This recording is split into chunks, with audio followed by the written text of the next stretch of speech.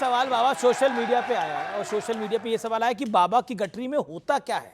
ओह हाँ, वो नहीं दिखा सकते जी। उसमें बता तो दिखा नहीं सकते, बता तो सकते हैं। 2 विग्रह पुराने हनुमान जी के हैं, एक अभी मिले, एक दादाजी के समय का है। हनुमान जी का विग्रह है, वाईफाई है यानी मुगदर है, और मालाएं हैं, बस यही है और कुछ नहीं है। और कुछ कई और लोग कुछ भी संभाल लिए, कोई लेके नहीं जा रहा आपकी गठरी। क्या लेके जाएंगे, उसमें लेने देने वाला कोई, बाबा की गठरी लेके घर लेके जाएंगे, 2 दिन बाद धर जाएंगे, बड़ा लफड़ा है जी चलिए मैं बढ़ता हूं आगे। और हाल ही में आप लंदन में थे और हाउस ऑफ कॉमन्स में आपने हनुमान चालीसा का पाठ पढ़ दिया और ये देखना बेहद, मैं आपको बताऊं, ये देखना बेहद सुखद था कि जिन्होंने हमें गुलाम बनाया उनके वहां आपने बजरंगबली का पाठ कर दिया। जब वो हमारे देश में इतने दिनों तक अपने भाषण कर सकते तो हम उनके संसद में हनुमान चालीसा नहीं पढ़ सकते हैं? कोई देखिए, ये निश्चित रूप से भारत के लिए गौरव की बात थी। उनकी हाउस ऑफ कॉमन्स में वहाँ की पार्लियामेंट के जो शिवानी राजा मेंबर ऑफ पार्लियामेंट थी, उन्होंने बहुत अच्छी व्यवस्था की और उसके बाद में फिर वहाँ के हमको कुछ मिनिस्टर्स भी मिले, वहाँ के कुछ मेंबर ऑफ पार्लियामेंट। तो किसी ने आपसे पर्ची खुलवाई नहीं खुलवाई? वहाँ खोलने ही गए थे। तो बहुत लोग मिले, उन्होंने बहुत विनम्रता पूर्वक स्वागत किया और ये देश के लिए गर्व की बात, सनातन के लिए गर्व की बात है कि अपने सनातन धर्म की संस्कारों की पद्धति की महिमा देखिए कि अब विदेशी लोग दोनों हाथ खोल करके स्वागत कर रहे हैं। जी सवाल और किसी का सवाल है? हाथ खड़ा करें। गुरुजी मैं अलीगढ़ उत्तर प्रदेश से आया हूँ।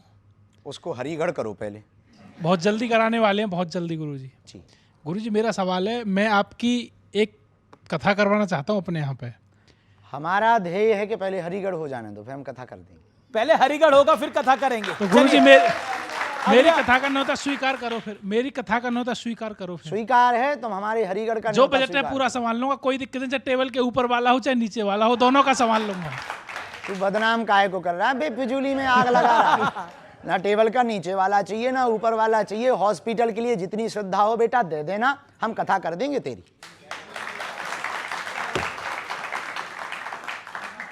अच्छा सही होगा बेटा। आपने हॉस्पिटल की बात करी। अस्पताल को बनवाने के पीछे उद्देश्य क्या है? लोग मठ मंदिर बनाते हैं, अपना आश्रम बनाते हैं। आश्रम बना के यदि हम मरेंगे तो कंक्रीट का बन है और हमारे चेले उसी मठ को लेने के लिए हमारे मरने के बाद लड़ेंगे। देश में बहुत मंदिर हैं और बालाजी का मंदिर है ही है, उसको बड़ा बनाने की आवश्यकता नहीं। कंक्रीट की बड़ी बड़ी बिल्डिंगें बना करके मरे तो देश को क्या दे के मरेंगे? केवल घंटिया बजाना, पूजा पाठ करना, हनुमान चालीसा पढ़ना ही धर्म नहीं है। जीवों पर दया करना, दीनहीनों की मदद करना, गरीब बेटी का घर बसाना और अपनी दान पेटियों में आने वाले रुपयों से भूखे को भोजन, प्यासे को पानी देना और रोगी को निरोगी कर देना भी धर्म है जी। इसलिए हमने विचार किया कि हम मंदिर भव्य नहीं, अस्पताल भव्य बनाएंगे। और इस देश में अस्पतालों में मंदिर बहुत हैं, हम एक नई क्रांति चाहते हैं, मंदिर में अस्पताल दिखाइए। मंदिर में अस्पताल दिखाएंगे जी। सवाल गुरुजी एक छोटा सा सवाल है, हिंदू राष्ट्र कब तक घोषित होगा? जब तक इन जैसे महापुरुष सरकार है, सभी स्टेटों में बीजेपी सरकार, 1-2 स्टेट को छोड़ गए। सरकारों से हिंदू राष्ट्र नहीं बनना है भैया, लोगों के विचारों से हिंदू राष्ट्र बनना है जी। सवाल क्या पूछना चाहती हैं आप? जी गुरु जी, मेरा आपसे ये सवाल है कि जैसा आपने कहा कि सनातन संस्कृति जो है वो भारत राष्ट्र को एकजुट करती है और मतलब वो भारत को एक बनाती है, तो जो पहले जो सनातन संस्कृति थी उसमें जातिवाद भी था, उसमें जातिवाद पे जो भेदभाव होते थे उस पर आप क्या कहना चाहेंगे? सन 1400 ईस्वी में आदि जगत गुरु भगवान रामानंदाचार्य जी जब प्रकट हुए तो उन्होंने कहा था घोषणा पूर्वक, जिनके 12 शिष्य थे, 12 शिष्यों में कबीर भी, रैदास भी उनके शिष्य थे, कबीरदास जी भी उनके शिष्य थे, रैदास जी भी उनके शिष्य थे, 12 प्रधान शिष्यों में। तब उन्होंने 1400 ईस्वी में कहा था, हरि को भजे सो हरि को होई, जात पात पूछे नहीं कोई। जब 1400 साल पहले ये बड़े इतने बड़ा महापुरुष, जिनके कबीर जैसे महापुरुष दीक्षित शिष्य रहे हों, रैदास जी जैसे दीक्षित शिष्य रहे हों, इससे सिद्ध होता है उस वक्त जातिवाद नहीं था, जातिवाद बाद में जानबूझ करके भरा गया है। जातिवाद भरा गया है जी। क्या सवाल है? ये नमस्ते पूरे गुरुजी। इंटरव्यू में एक भी बार हंसा नहीं। ऐसे नमस्ते बैठा गुरुजी। रहा जैसे घर से पिट के आया हूं। बोल भैया, सॉरी। मेरा सवाल ये है कि आपने हाल ही में मथुरा में एक बयान दिया था कि धार्मिक स्थलों से राष्ट्रगीत का गान होना चाहिए। तो आपको क्या लगता है कि राष्ट्रगीत जो है वो देशभक्ति की पहचान कैसे है? संविधान हमें ऐसा तो केवल कुछ नहीं कहता है। राष्ट्रगीत से पहचान नहीं की जा सकती है, हाँ। लेकिन ना करने वालों को सीख दी जा सकती। एक राष्ट्रगान तय नहीं करेगा कि आप देशभक्त हैं कि नहीं है। 2 मिनट के लिए तो कोई भी राष्ट्रभक्त बन जाएगा। राष्ट्रभक्ति दिल में होनी चाहिए, पर आदत डालने के लिए गिरजाघर, मंदिर और मस्जिदों से राष्ट्रगान बजना चाहिए, ताकि ये पता लग जावे कौन भारत से प्यार करता, कौन नहीं करता। जी, ये तो एक अच्छा सजेशन है। सवाल गुरुजी, हिंदू क्यों धर्म परिवर्तन करता है और कुल कोशिश करता है हिंदू को ही धर्म परिवर्तन कराने के? हिंदू बड़ा इस सवाल में मैं भी जोड़ देता हूं कि ऐसा क्यों बार बार आरोप लगता है कि हिंदुओं का ही धर्म परिवर्तन होता है? क्योंकि हिंदुओं में अमीर अमीर होते जा रहे हैं, गरीब गरीब होते जा रहे हैं, इसलिए हिंदू धर्मांतर। हिंदुओं की आबादी ज्यादा है, 80%। लेकिन देखिए, मुसलमानों पे आरोप लगता है कि वो हिंदुओं को कन्वर्ट करने की कोशिश कर रहे हैं, ईसाइयों पे आरोप लगता है वो हिंदुओं को कन्वर्ट करने की कोशिश कर रहे हैं। कोशिश नहीं, बहुत विजुअल है, पकड़े जा रहे हैं। कोशिश नहीं, कर ही दिए हैं। वीडियो पकड़े गए हैं, न्यूज़ें पड़ी हैं। बिल्कुल। हाँ। नहीं, पर मेरा सवाल कुछ और है। मेरा सवाल ये है कि हिंदू का ही, जो उनका सवाल है, हिंदू का ही धर्म परिवर्तन क्यों होता है? क्योंकि हिंदू इतना बुजदिल है कि उसको अपने देवता में चमत्कार नहीं दिखाई देता, लेकिन फूफा वालों में चमत्कार दिखाई देता है, जो करंट लगाते हैं। हाँ, वो ऐसे रूमाल अरे भाई, बागेश्वर आजा, देख ले लाइव कैसे चमीटा मारे जाते हैं, बालाजी कैसे दया करते हैं। अच्छा, तो हिंदुओं के अंदर ये एक मानसिकता हो गई है कि अपने सनातन धर्म में सिद्धियां शक्तियां नहीं है, इसलिए तो हम दरबार लगाते हैं। लोगों को लगता है हम चमत्कार दिखाने के लिए दरबार लगाते हैं। हम हिंदुओं को बताने के लिए दरबार लगाते हैं कि अपने बजरंगबली भी भाई साहब किसी से कम नहीं है। आरएसएस चीफ ने एक और बात कही कि हिंदुत्व जो है, हिंदुइज्म जो है, वो सेकुलरिज्म की गारंटी है। इस बात से आप सहमत हैं? और अगर सहमत है तो क्यों सहमत है? देखिए, सबके अपने अपने भाव होते हैं। सेकुलरिज्म की गारंटी हिंदुत्व है या ये नहीं, इस पर हमने बहुत ज़्यादा विचार नहीं किया। हम इतना कहेंगे कि सत्य, झूठ का बाजार इसलिए चलता है क्योंकि सत्य के सौदागर होते हैं, और झूठ की महिमा भी तब तक है जब तक सत्य है, और सत्य की महिमा भी तब तक है जब तक झूठ है। यदि सभी सत्यवादी हो जाएंगे तो फिर झूठ कहाँ जाएगा, और फिर सब सत्यवादी हो जाएंगे तो टॉर्च खत्म हो जाएगा। तो क्या मुसलमानों की वजह से सेकुलरिज्म नहीं है, सिर्फ हिंदुओं की वजह से सेकुलर है भारत? देखिए, भारत में हिंदुओं को और हिंदुत्व को खतरा हिंदुओं से, अच्छा, मुसलमानों से तो बहुत बाद में। हिंदुओं का खतरा हिंदुओं से, उन हिंदुओं से जो खाते भारत का है, गाते पाकिस्तान का। कौन है ऐसे आपकी नजर में? आप जैसे फॉर एग्जांपल आपकी न्यूज़ों पर बहुत लोग आते रहते हैं जो कहते रहते हैं कि हमें भारत में डर लगता है। आपकी न्यूज़ों पर आते रहते हैं कि ये सब भगवा आतंकवाद है। आपकी न्यूज़ों पर आते रहते हैं जो हिंदुत्व पर टिप्पणी करते। आपकी न्यूज़ों पर आते रहते हैं जो पदयात्रा पर टिप्पणी करते। आपकी न्यूज़ों पर आते रहते हैं जो सनातन पर टिप्पणी करते। आपकी ही न्यूज़ पर आते रहते हैं जो गजवाए हिंद चाहते हैं। हम भगवाए हिंद चाहते हैं। भगवाए हिंद चाहते हैं आप, लेकिन आपने भगवाए हिंद में फिर हम टोकें जी। भगवाए हिंद में यह गारंटी है कि मुसलमान रहेंगे। भगवाए हिंद में यह गारंटी है कि सिख ईसाई सब रहेंगे, पर गजवाए हिंद में यह गारंटी नहीं है। अच्छा, एक आप पर आरोप है, आरोपों की झड़ी लग रही है।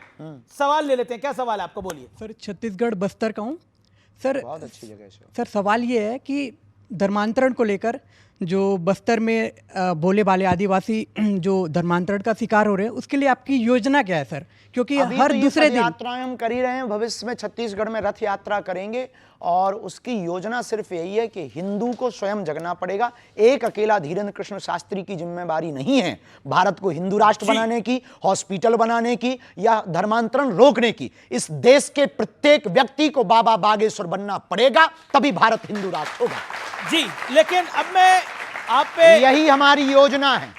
आप पर एक आरोप है कि आपका पॉलिटिकल झुकाव जो है वो एक पॉलिटिकल पार्टी की तरफ है। नो, बिल्कुल भी नहीं। ऐसा हमसे कहा सब जाता जुड़े हैं। हमसे हमारे मध्य प्रदेश के कांग्रेस के पूर्व मुख्यमंत्री कथा करवाते हैं, कमलनाथ जी। वहां के पूर्व मुख्यमंत्री रहे, उनके सुपुत्र दिग्विजय सिंह के सुपुत्र जयवर्धन जी हमारे मंचों पर आते, हमारी बहुत निजता मैं भी है, बताता बहुत हूं प्रेम भी है। ये क्यों बोला जाता है। हाँ। इसी साल फरवरी के अंदर मैं अपने जो आप पे आरोप लगता है उसको आगे बढ़ाता हूं। इसी साल फरवरी में प्रधानमंत्री नरेंद्र मोदी आपके बुलावे पर बागेश्वर धाम पहुंचे थे। उन्होंने आपको अपना छोटा भाई कहकर संबोधित करा, तो आपके विरोधी कह रहे हैं जो मोदी का छोटा भाई है वो तो संगी है। वाह, ये कोई बात हुई है कि उन्होंने छोटा भाई कह दिया तो हम संगी हो गए हैं? अब आपने हमको भाई कह दिया तो क्या हम पत्रकार हो गए हैं? ये आरोप वाले भी ना बिना खुजली के आदमी हैं। लेकिन अब मोदी जी ने आपको छोटा भाई कह इसमें दिया, दिक्कत वो भी क्या आपको विवाह की सलाह देके गए थे जी? वो भी तो विवाह की सलाह देके गए थे। वो निश्चित रूप से वो बहुत, उनका विजन मिशन बहुत अच्छा है। हम इस बात में देखिए, हम एक बात कहें, वो प्रधानमंत्री हमारे हैं, इस देश के प्रत्येक नागरिक के प्रधानमंत्री हैं।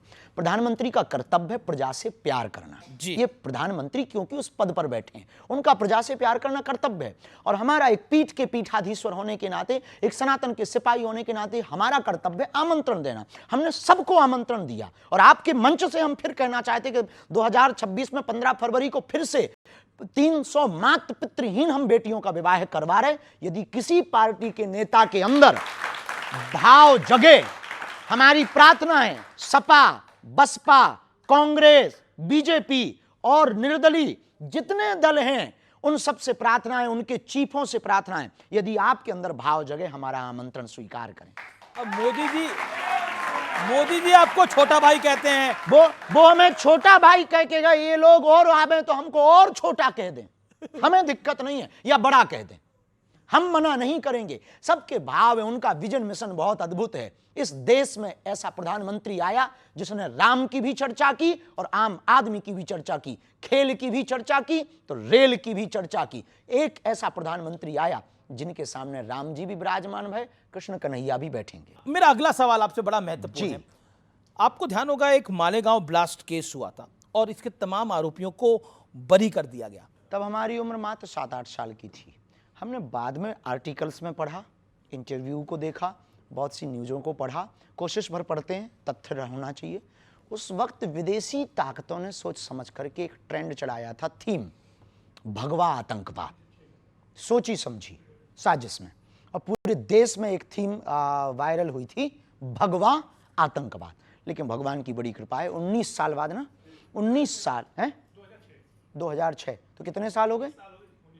19 साल हो गए। 19 साल बाद इस देश की न्यायपालिका ने यह सिद्ध कर दिया भगवा आतंकवाद नहीं होता। पूर्व मुख्यमंत्री हैं पृथ्वीराज चौहान, वो कहते हैं कि भगवा आतंकवाद तो नहीं होता, सही बात है, लेकिन सनातनी आतंकवाद होता है। उन्होंने अभी 2025 में यह बयान दिया है। हम उन पर कोई जवाब नहीं देंगे, नेता का जवाब दें हम। फिर भी सनातन आतंकवाद पर आपका कमेंट? अभी तक कोई हमको तथ्य मिला नहीं कि सनातन आतंकवाद किसी भी, देखिए, आतंकवाद का कोई धर्म या मजहब नहीं होता। आतंकवादी एक विचारधारा है, देश के ऊपर हिंसा करके या किसी भी जगह पर हिंसा करके अपनी बातों को मनवाना या देश की मानवीय परंपरा को खत्म करना, मानवता पर आपने बोला आतंकवाद का कोई धर्म नहीं होता, कोई भी आतंकवादी हो सकता, हम मानते हैं, पर पाकिस्तान आतंकवादी है, पाकिस्तान में आतंकवादी है, ये धर्म है जी। और पहलगाम में तो धर्म पूछ कर गोली मारी गई। पहलगाम क्यों? क्योंकि वो पाकिस्तानी थे, तब तो 9 ठिकाने अपनी सेना ने ठोके। लेकिन मुनीर के बारे में आप कहना क्या चाहते हैं? कुछ भी नहीं, झिकलेट आदमी है। क्या आदमी है? झिकलेट है वो। इसका मतलब भी समझा दीजिए। इसका अर्थ नहीं बता सकते हम, गूगल करो। झिकलेट का अर्थ आपने बता सकते? उसका मतलब ये है, झिकलेट का मतलब ये है कि भाई बिच्छू का मंत्र जानते नहीं है और सांप के बिल में हाथ डाल रहा है जी। लेकिन मुनीर ने जो बात बोली, जब पहलगाम आतंकी हमले से पहले उन्होंने बोला हमारा देश अलग इसलिए हुआ क्योंकि हम में और हिंदुओं में बहुत फर्क है, हमारी पद्धति अलग है, हमारा जीवन अलग है। बिल्कुल।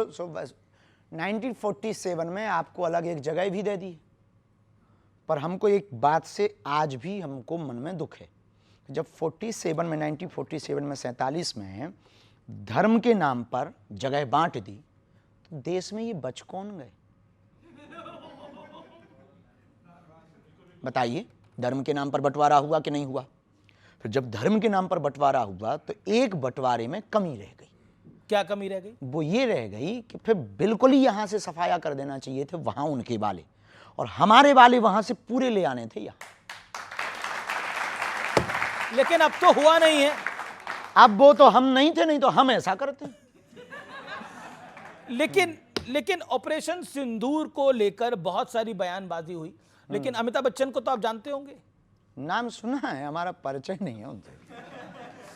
उनकी धर्मपत्नी है जया बच्चन, उन्होंने बोला ये ऑपरेशन सिंदूर क्या नाम होता है। हम नहीं कह सकते उनकी बात पर, क्योंकि किसी की पर आपको लगता है नेताओं ऑपरेशन की सिंदूर टिप्पणी नाम गलत है? नहीं, उन्होंने देखिए सिंदूर उजाड़ा है तो सिंदूर नाम रख दिया, क्या गलत है? सठे साठ्यम समाचरित, शास्त्र कहता है जैसे को तैसा। ऑपरेशन महादेव बहुत अच्छा। अब इस पर भी सवाल खड़े होते हैं कि ये इस तरह के नाम क्यों रखे जाते हैं। अब कुछ लोगों को तो पहले पढ़ाया जाता था गा से गणेश, तो कुछ लोग कहते थे इससे सांप्रदायिकता फैलती है, तो फिर गा से गधा पढ़ाया जाने लगा। और गा से गणेश बंद हुआ, गा से गधा पढ़ाया जाने लगा, तब से हो गया खेल, गधे ही पैदा हो रहे हैं। अच्छा, एक सवाल और, जीवन कैसा होना चाहिए? आनंद फिल्म में राजेश खन्ना ने कहा था कि जीवन लंबा नहीं बड़ा होना चाहिए। क्वांटिटी नहीं क्वालिटी होनी चाहिए लाइफ में। तो जीवन को बड़ा कैसे बनाया जाए? जीवन को बड़ा बनाना, बड़े का हमें पता नहीं है, पर बेहतर बनाने का यही पता है, सजगता रखो, बहुत सावधानी पूर्वक चलो, और बहुत ज्यादा चीजों को आप लोगों के अपने आप की तुलना किसी से मत करो। तुलना करोगे तो आप निश्चित रूप से कुछ गलत करोगे।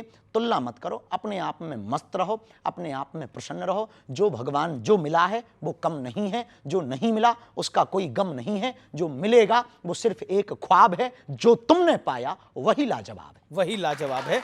लेकिन आज के जीवन में, आज की लाइफ साइकिल में लोग अपने परिश्रम को तो इम्तिहान मानते हैं, बोलते हैं ये तो एक एग्जाम है हमारा, और दूसरे के दुख को कहते हैं ये इसके कर्मों की सजा है। जब तक दूध अपना अस्तित्व नहीं मिटाता तब तक वो दही नहीं बनता, मिट्टी जब तक अपना अस्तित्व नहीं मिटाती तब तक वो मटका नहीं बनती, वैसे ही इंसान जब तक अपने आप को अपनी सफलता के लिए पुरुषार्थ नहीं करता तब तक उसे सफलता नहीं मिलती है। तो अब आदमी की एक बड़ी विकार है आदमी के अंदर कि उसे अपनी चीज, अपना सुख नजर नहीं आता, दूसरे का वैभव भी सुख नजर आता है। आदमी इसलिए आज का हैरान है क्योंकि अपने दुख से ज्यादा पड़ोसी के सुख से टेंशन है। जी, अब ये डोनाल्ड ट्रंप को क्या टेंशन है आपकी राय के अंदर? हमारा पड़ोसी तो नहीं है, डोनाल्ड ट्रंप तो भरोसा ही नहीं है उसका। मतलब एक बार हमें अपने गांव की लाइट का भरोसा है कि वो रात को आएगी, उसका भरोसा नहीं कि वो बयान क्या।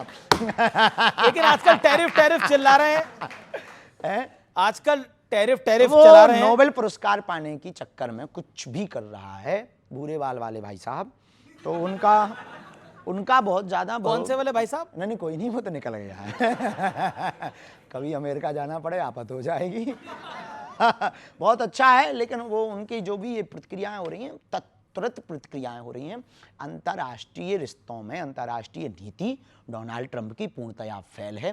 भारत जैसा इतना बड़ा बिजनेस का हब, भारत जैसा इतना समृद्ध देश, भारत जैसा बढ़ती हुई शक्ति का देश, भारत जैसी संस्कृति, भारत जैसी मर्यादा, और सबसे कई दशकों बाद पहली बार अमेरिका और भारत एक समय के बाद बैकफुट पर आए हैं। तो इससे निश्चित होता है कि वहां की विदेश नीति बहुत ही निम्न स्तर की है। अच्छा, अपने वाईफाई से कुछ इलाज निकालिए इसका। इलाज क्या निकालना है, बहुत बढ़िया हुआ है, बेहतर हुआ है। भारत को आत्मनिर्भर बनना चाहिए, अमेरिका के भरोसे पे नहीं रहना चाहिए। या तो आप डोनाल्ड ट्रंप की मदद कर दीजिए, उन्हें नोबेल पुरस्कार चाहिए। हम देते होते तो हम दे देते के लिए चुप हो जा। अच्छा, अब ये मैं डोनाल्ड ट्रंप के बाद आवारा कुत्तों की बात लेकर आऊंगा तो थोड़ा अजीब लगेगा, लेकिन सवाल है ये सवाल मेरा ये कि आजकल आवारा कुत्ते बड़े चर्चा में हैं। सुप्रीम कोर्ट का भी निर्णय आ गया कि आवारा कुत्तों को लेकर, और लोग भी बड़े परेशान हैं। इस विषय पर आप क्या कहना चाहते हैं? देखिए, जीव आप इस बहस में किस तरफ हैं, मैं ये पूछूं? हम किसी भी तरफ नहीं, हम जीव में शिव की तरफ हैं और नर में नारायण की तरफ हैं। हम जिस सनातन परंपरा से आते हैं वहां नर में नारायण और जीव में शिव देखते हैं। सबको जीने का अधिकार है। पहले हमारी सनातनी परंपरा में माताएं रोटी बनाती थी तो पहली रोटी गाय को और लास्ट की रोटी कुत्ते को देती थी। अब आजकल सब बंद हो गया, इसलिए जीव यत्र तत्र घूम रहे हैं। गौ माता जीव नहीं है, गौ माता हमारी माता है, पर उनके अंदर भी तो जीव है, उनके अंदर भी तो देवी देवता हैं। हम यही कहना चाहेंगे, हम किसी के पक्ष में नहीं है, हम ये कहना चाहेंगे सबको जीने का अधिकार है। यदि कोई है तो उनके साथ निर्दयता ना की जाए, निर्दयता नहीं की जाए। हाँ, मानते हैं कि वो काटते होंगे, कुछ लोग कहेंगे कि आपको काटा नहीं है, आप इसलिए ऐसा बोल रहे हैं। जी जी। कुछ लोग ये भी तर्क देंगे, बाद में कमेंट करेंगे, बाबा तू फंसा नहीं है हमारे मोहल्ले में। हाँ, कुछ लोग ये भी कमेंट करेंगे, तो हम पहले ही उनको कह देते हैं कि हम आपकी भी मजबूरी समझते हैं कि आप इंजेक्शन लगवा थक गए, तो हम आपकी भी मजबूरी लेकिन हम यही लगते भी तो 14 हैं एक बार ही में बाबा। हाँ, नहीं, अब तो 3 में काम चल रहा है। जी चलिए, कम हो गए ना अब तो 3 में। हाँ, कुछ सवाल।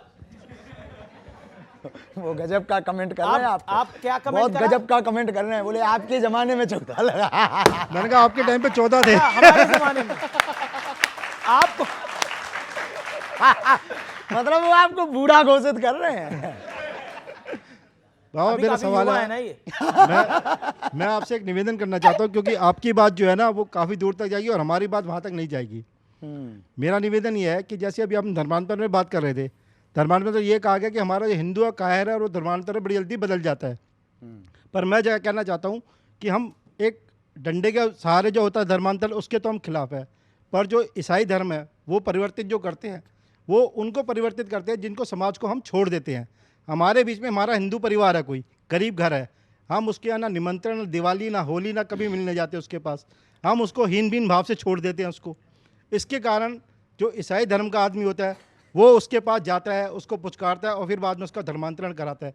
हमारा इस ओर ध्यान नहीं है और हम बाकी बातों में घूमते जा रहे हैं। तो मेरा आपसे एक निवेदन है कि आप अगर इस तरह ध्यान देंगे तो शायद हमारा धर्मांतरण क्रिश्चियनिटी के अंदर। सभी इंटरव्यू देखे? नहीं।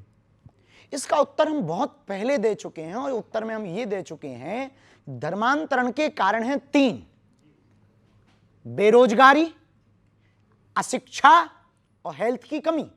इस देश में दवाएं महंगी हैं, दारू सस्ती। इस देश में कॉन्वेंट स्कूल हैं चर्च के, मदरसे हैं मस्जिदों के, पर मंदिरों के गुरुकुलम नहीं है। इसलिए अभी इसी इंटरव्यू में हमने बीच में बोला और आपने शायद कोड किया हो, हमने कहा इस देश में जो हिंदू अमीर है वो अमीर हो रहे, जो हिंदू गरीब है वो गरीब हो रहे। उसका उपाय ये है, अमीर हिंदू गरीब हिंदुओं को गोद ले ले, धर्मांतरण रुक जाएगा। चलिए अगला सवाल। कौन? गुरुजी राधे राधे। राधे राधे।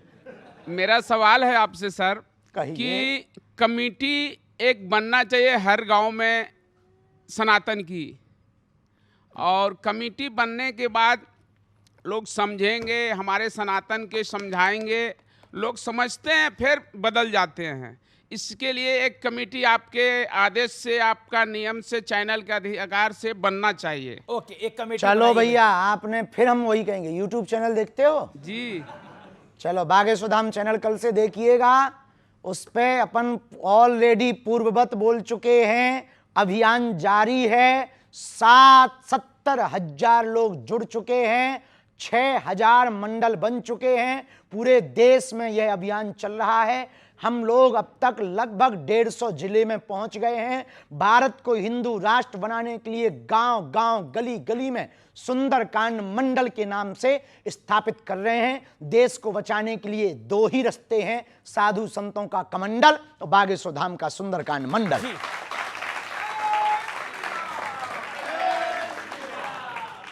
मेरा सवाल ये है कि हम जैसा देखते हैं कि हिंदुत्व पर कुछ भी बोल देना बहुत आसान होता है, कोई भी अपनी मर्जी से जो मन में आता है बोल देता है, लेकिन और धर्मों में कुछ भी बोलना, उस पर फिर हम देखते हैं कि जैसे अटैक हो जाते हैं, हमले हो जाते हैं, लेकिन हिंदुत्व पे और फिर उस पर कोई एक्शन भी नहीं होता। तो इसको आप कैसे देखते हैं?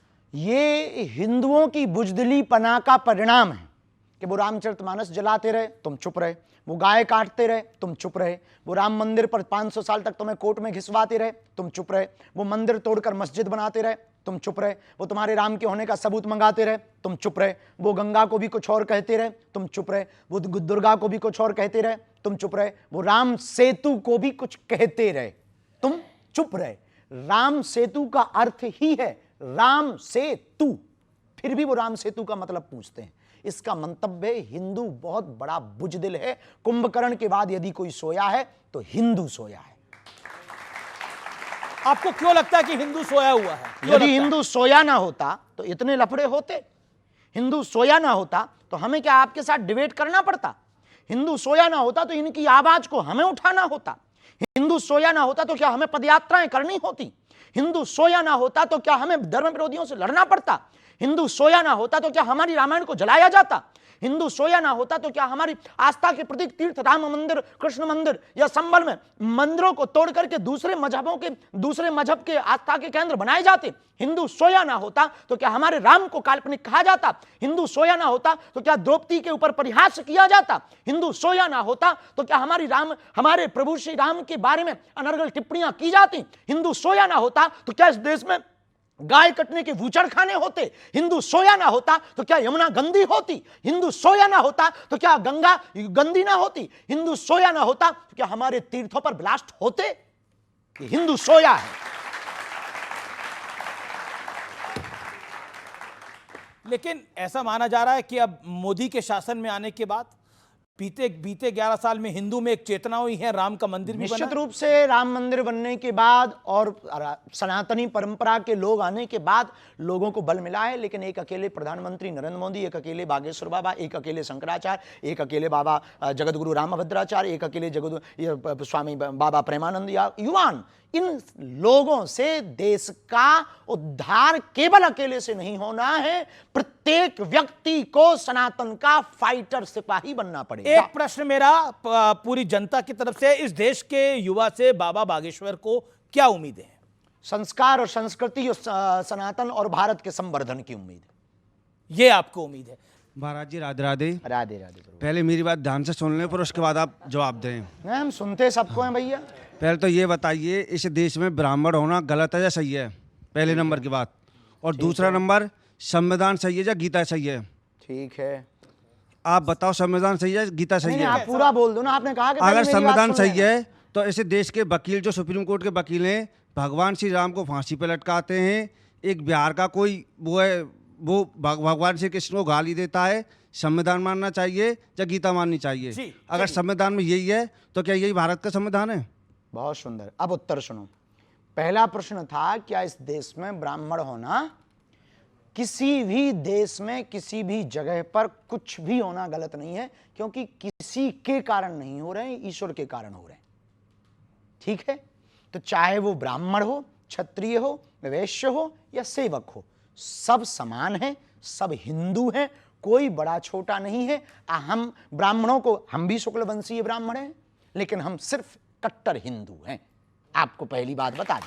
हाँ, कर्म कांड की बात आती है तो वेद परंपरा को मानते, वर्णाश्रम की बात आती है तो ब्राह्मण परंपरा को मानते, लेकिन हमारी दृष्टि में ना कोई बड़ा है ना कोई छोटा है। लेकिन समाज फिर भी कोई गाली दे रहा, तो इससे निश्चित होता है कि वो जातिवाद का कीड़ा उसके अंदर है। लेकिन आप नहीं मानते बाबा बड़ा छोटा, लेकिन समाज में तो माना जाता है। समाज में तो कुछ भी माना जाता है। अब समाज में तो कुछ लोग मुर्दों को भगवान मानते, तो क्या कह लोगे आप? अब समाज में तो कुछ भी हमारे यहाँ, हमारे गांव के बगल में एक कुत्ता देव पूजते हैं। अब बताइए आप, और लोग पूजा करते हैं कुत्ता की। अब वो मर गया था कभी, अब उसको समाज तो भैया इसलिए बदलने के लिए तो वर्ण व्यवस्था तो है ना जी, वैदिक वर्ण व्यवस्था है, पर जातिवाद व्यवस्था नहीं है। वर्ण व्यवस्था अलग है, जातिवाद व्यवस्था अलग है। जातिवाद का मतलब ऊंच नीच छुआछूत, हम इस दीवार के खिलाफ हैं। इसलिए हमने पदयात्रा निकाली कि जात पात की करो विदाई, हम सब हिंदू भाई भाई। लेकिन लेकिन उत्तर तो दे दें। जी, नहीं तो वो कहेंगे बाबा फिसक गया। चलो, दूसरा प्रश्न था, क्या था दूसरा बाबा जी, महाराज जी? गीता या संविधान? हमारे सामने आप दोनों रखो तो हम एक हाथ में गीता, एक हाथ में संविधान उठाएंगे। जी।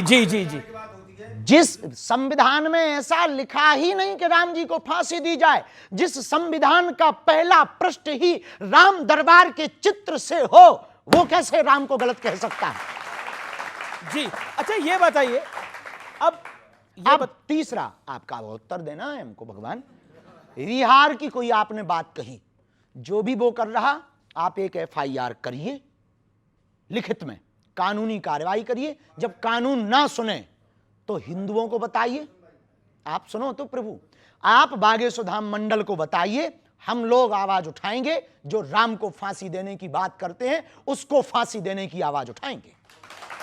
जी, इस देश में किसी के भी आस्था के परमात्मा को, ब्रह्म को, भगवान राम, भगवान कृष्ण, हनुमान, किसी पर भी टिप्पणी करना सबसे बड़ा अपराध है।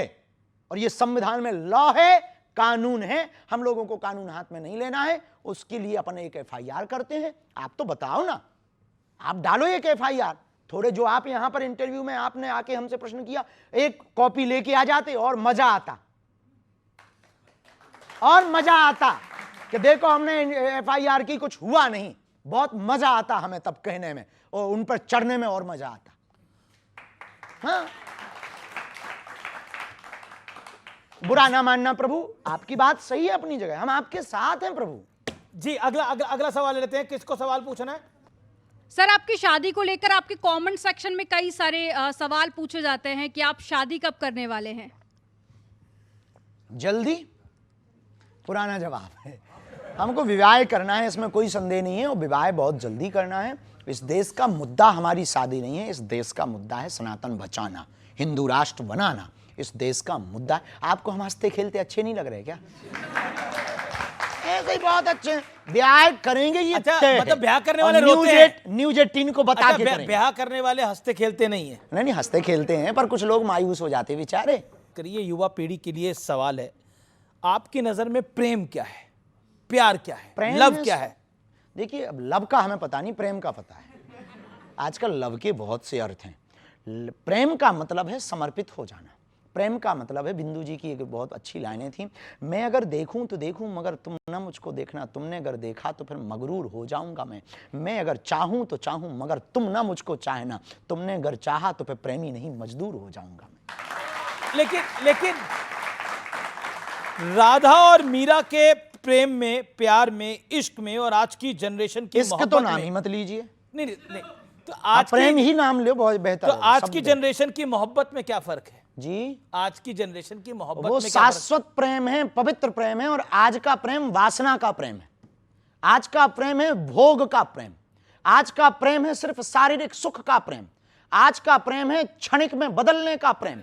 आज का प्रेम सिर्फ बिस्तर तक रह गया है। बुरा मत मानना, आपकी टीवी पर ऐसी बात बोलेंगे कई लोगों को लगेगा बाबा बहुत विचित्र बात बोल रहा। बिस्तर पर ले जाने वाले तुम्हें बहुत लोग मिलेंगे, मंजिल पर ले जाने वाला कोई कोई मिलेगा। तो आप राधा और मीरा के प्रेम को आज के प्रेम से नहीं तोल सकते, क्योंकि आज का प्रेम वासना का है, मीरा और राधा का प्रेम उपासना का था। और मीरा और राधा ने सिर्फ कृष्ण से प्रेम किया, और आजकल के बेटा और बेटी तो भगवान ही बचाएं। क्या आपको आज के बेटे और बेटियों में, लड़के लड़कियों में क्या गड़बड़ दिख रही है? कुछ भी गड़बड़ नहीं, हमें तो सब अच्छे ही दिख रहे हैं, हमें क्या लेना देना। हम उनको एक सलाह कोई देना चाहेंगे आप अपनी तरफ? यही सलाह देंगे कि देखो भाई, बुरा मत मानना, ये प्यार मोहब्बत, इसके जो भी तुमने नाम देते हो ये सब बाद में कर लेना, पहले सफलता पा लेना। पहले सफलता पा। जी, अब मैंने पास कई सारी तस्वीरें हैं, मैं उन तस्वीरों पे भी आऊंगा, लेकिन उन तस्वीरों पर आते हैं। आइए एक एक करके तस्वीर दिखाते हैं आपको। पहली तस्वीर देखते हैं कौन सी आ रही है।